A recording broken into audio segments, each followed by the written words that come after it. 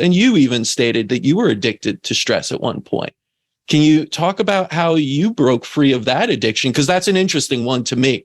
And I feel like a lot of people don't even know what that would be, and probably are, especially in a place like New York, where you could be addicted to stress, to almost anxiety, to the rat race of sorts. So can you give us a little bit of like how you broke free of that? Through awareness, through seeing the, the need to rush and go, and just watching, family patterns, how my parents operated in the world, how people are just doing life. And it's this constant moving towards something, but it's not even a thing that you're moving towards that's growth, and that's, again, the nature thing is I'm, on a big mission to return my life to nature as wholeheartedly as I can. And it's, it's kind of taking a lot of groundwork, a lot of like time to figure out, where do I want to be? What is that going to look like to change my lifestyle so dramatically? But it's what I've always longed for. Like when I was a child, my fantasy as a kid was to live on a farm. And it's like that, like that, I've always wanted to live on a farm. And so I'm working in my life to get to that point where basically I can return to a farm and be on the land and be on the earth and, reconvene with nature in a way that's really natural to me. Because even this is like this, I am using the technology. You want to start using things rather than being used by them. And so that's a big part of shifting your relationship to technology, to your work, to the way that you make money, to your relationship to money, what money means to you, because that's a big one, because there's like this weird pressure. I got to pay these bills, to do these things, for what purpose? Why are you really doing it? Does it make sense? Is it sustainable? Do you want to do this, like pay bills until the day that you die? And it's like, what is it all about? It's such a big existential question, this rushing, this stress, this addiction to bright, shiny objects. And, look at gambling, look at all of these hits and these fixes, these things that people are just like spending all of their money and energy and resources on doing. I mean, even just looking at your phone, how constantly and frequently we look at the phone, that's an addiction. And it's just taking stock of all of it and doing it from a place of awareness, because you can engage and use it in a way, I believe, that's like, it's conscious, it's intentional, it's deliberate. So looking at the things that you're doing in your life, is this conscious? Is this intentional? Is this deliberate? Or is this addictive? And no, I'm not thinking at all. It's just automatic.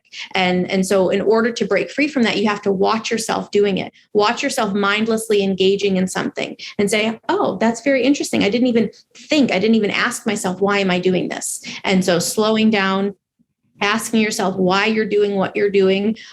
Recently, I stopped drinking coffee, and that was something that was just like, oh, my parents drink coffee there. It's like, oh, everyone drink coffee. Oh, it's kind of no big deal. It's like, oh yeah, it's a little, but no, it truly is like, why do you drink coffee? If you drink coffee, like, have you ever tried not drinking coffee? What would that be like? And it's like a constant addiction to this stress. And it's like a fight, in GNM too, it's, you use coffee like a drug. So if you're in an intense healing phase and, during that healing phase, remember there's fluid and there's swelling and it's intense. You can take some caffeine to kind of just take the edge off a little bit of like a really intense healing phase where there's a lot of swelling in your brain, a lot of swelling in the organ. Why? What does it do? It causes blood constriction of your blood vessels. It's a stress stimulant. And so, drinking coffee every day, it's like that's a stress stimulant every single day that I'm taking in.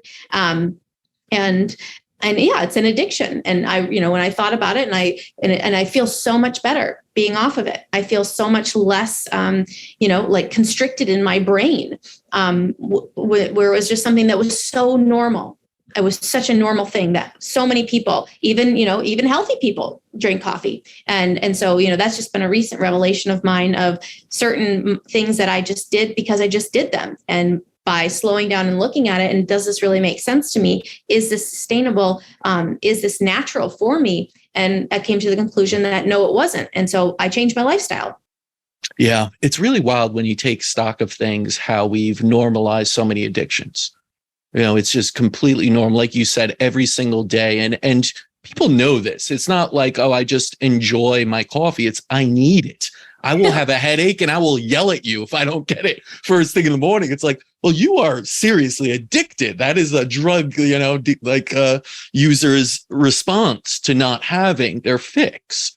And then it's the other one, like you said, the phone, right? I've become very, very aware of, consume less, create more is my sort of thing. I want to create things of value for people. I don't want to sit there looking at people like pictures of their vacations the whole time that I barely know, on there, and just skimming for hours on it in the addictive. But the idea that we kind of can't be away from phones for very long, or the idea that nowadays, I've heard of this, that we have a phantom response as if we feel the phone going off or hear it buzzing, because we want that dopamine hit of a message or something that gets us to look at it.